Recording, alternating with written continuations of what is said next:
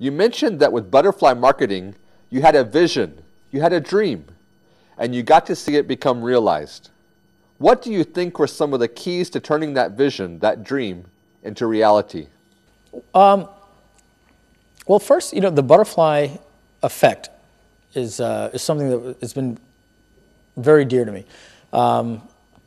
It came to me once when I read, it's called the chaos theory, and the butterfly effect.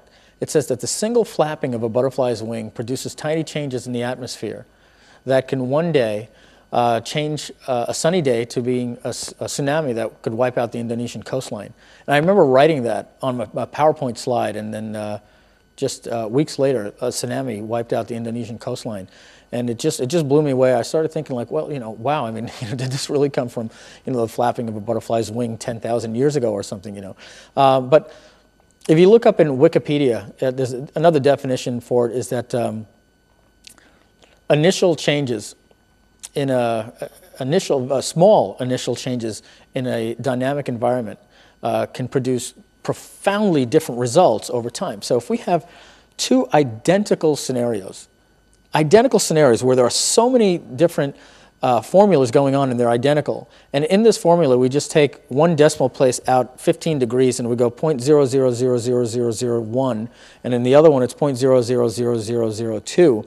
If we were to let that graph go and let that go, and we looked at the outcome of that after, let's say, 2 or 3 years, we'd have two completely different effects. So I started looking into the butterfly effect. I remember my father told me how he met my mother.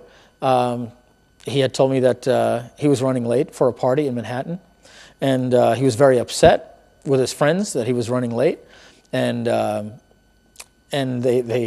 way he tells the story, then in his upsetness, like they were almost like playing with him, like, oh well, now let's stop and get cigarettes, and they were dragging it out, getting to the party, and he was so upset that when they pulled up to the party to park, he says, "Let me out of the car," and he got out of the car, and he went in, and he said as he was running to the elevator, "Can you please hold that door?" And he ran into the elevator, and he met my mother in that elevator, and they were headed into the same party, but because of that talk that they had in the elevator, they decided to hang out at the party, and later started dating and became married.